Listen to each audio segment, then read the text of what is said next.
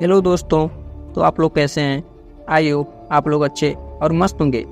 डर का एहसास मैं सुनाने जा रहा हूँ एक्टिव भारद्वाज के साथ। और अगर आप अपने दोस्त के साथ हैं तो आप एकांत में चले जाइए, और अगर आप अपने रूम में हैं तो अपने रूम की लाइट ऑफ कर लीजिए और अपने कान में एयरफोन्स लगा लीजिए। तो चलिए बिना देरी के शुरू करते हैं आज के सच्ची घटना पर आधारित हॉरर स्टोरी। और हाँ, अगर यह स्टोरी आप लोग पूरा सुनते हैं तो मुझे उम्मीद है, मुझे विश्वास है कि आपके पैरों तले जमीन खिसक जाएगी और यह स्टोरी आपको बेहद पसंद आएगी।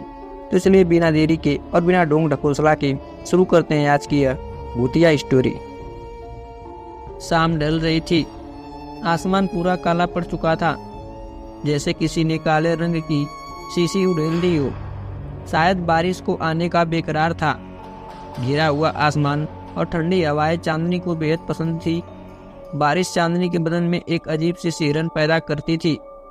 चांदनी आईने के सामने पिछले आधे घंटे से बन संवर रही थी। बन संवर क्या, सजने की रिहर्सल कर रही थी। 3 बार तो साड़ियों की चेंज कर चुकी थी। चांदनी को आज श्रृंगार का बहुत शौक था। आज इसे मिसेज कपूर की बेटी की शादी में जाना था। चांदनी कॉलेज की अध्यापिका थी, मगर दिखती कॉलेज की स्टूडेंट थी। जैसे वो हमेशा खूबसूरती दिखावा उसकी आंखों में हमेशा चमकता था। खूबसूरत रहना चाहती थी। चांदनी अब तैयार होकर रवाना ही हो रही थी। उसके नज़र अखबार पर पड़ी। उसमें कोई भैरव चौक की खबर थी। लिखा था कि भैरव चौक नाम के एक छोटे से इलाके में बहुत सारी अजीबोगरीब घटनाएं घट रही है। कितनी वारदातें हुई, लूट मार, हत्या, अपहरण, बलात्कार, भूत प्रेतों का साया भी।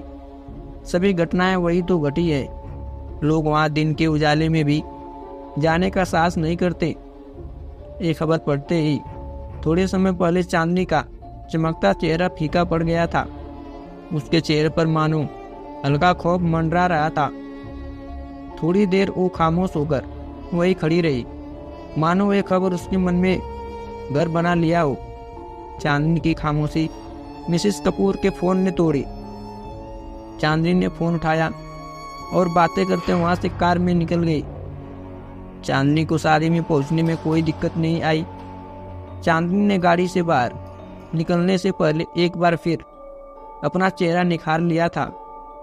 चांदनी का स्वागत हंसते चेहरे ने किया, मगर कुछ चेहरे ऐसे भी थे जिसने चांदनी को बुरी नीयत से देखा। वो चेहरे थे कॉलेज के बदमाश और कॉलेज ट्रस्टी के बिगड़े हुए लड़के। कॉलेज ने उन लड़कों को 5 पप्पी बुलाती थी। लड़कियों को छेड़ना, लड़कियों के साथ जबरदस्ती मैसेज, बदतमीजी करना, लड़ना झगड़ना, वो सब उन 5 का काम था। खैर, चांदनी भी उनकी हरकतों को भली भांति जानती थी, इसलिए उसको अनदेखा करके शादी में शामिल हो गई।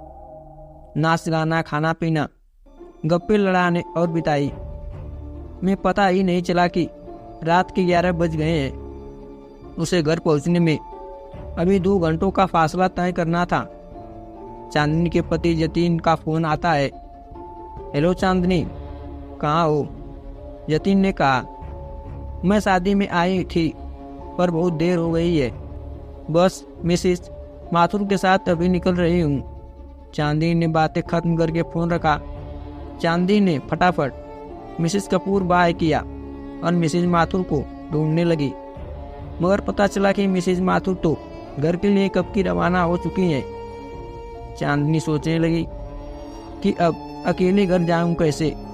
तभी अचानक तेज हवाएं, बिजली कड़की। शायद थोड़े समय के बाद बारिश होने वाली थी।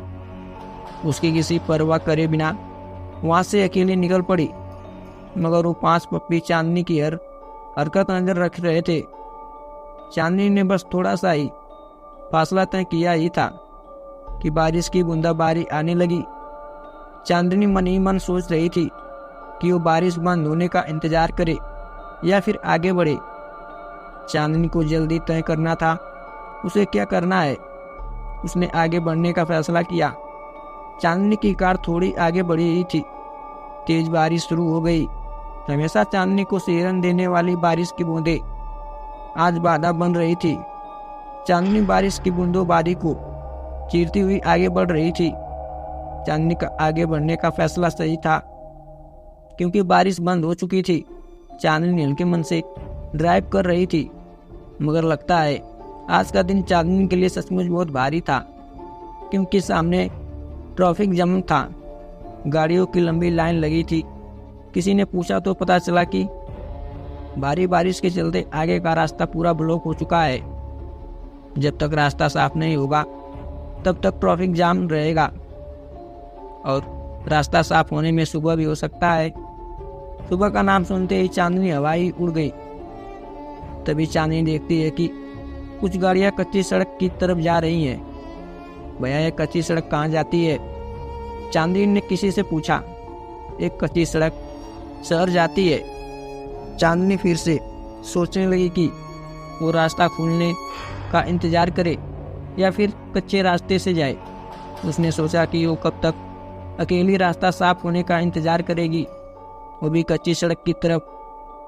गाड़ियां जा रही थी, शहर वाले रास्ते जा रही थी, इसलिए उसने वो कच्ची सड़क से घर जाने का फैसला किया।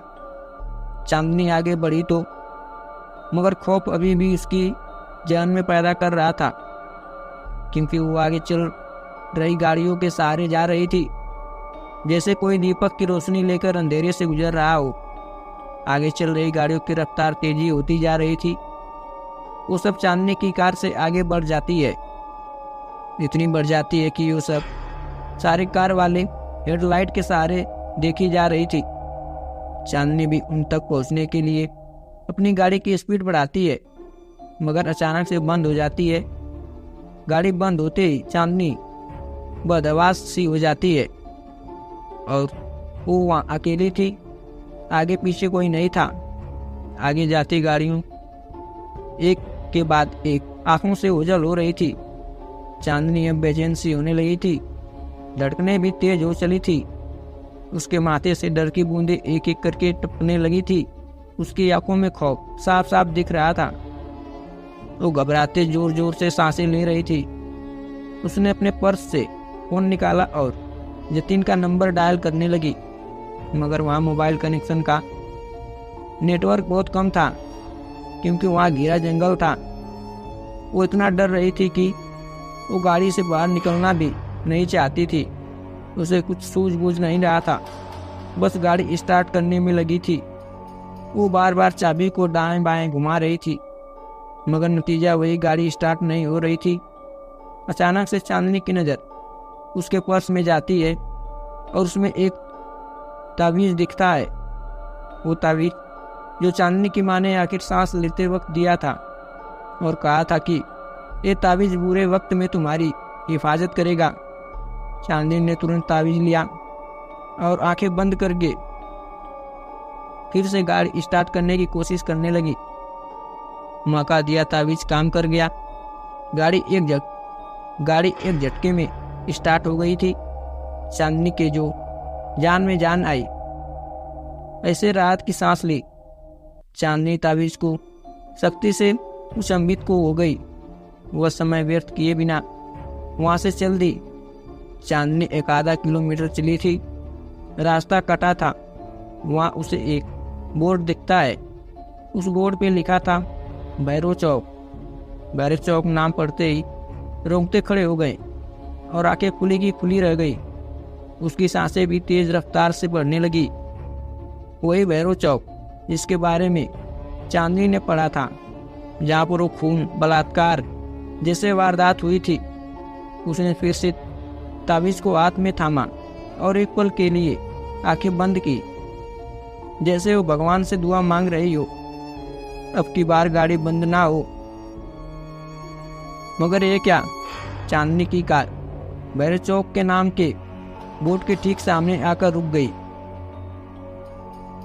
तो दोस्तों, इस कहानी को यहीं पर रोकते हैं और मिलते हैं इस कहानी को पूरा करते हुए नेक्स्ट वीडियो में। तो चलिए, तब तक के लिए आप सभी का धन्यवाद।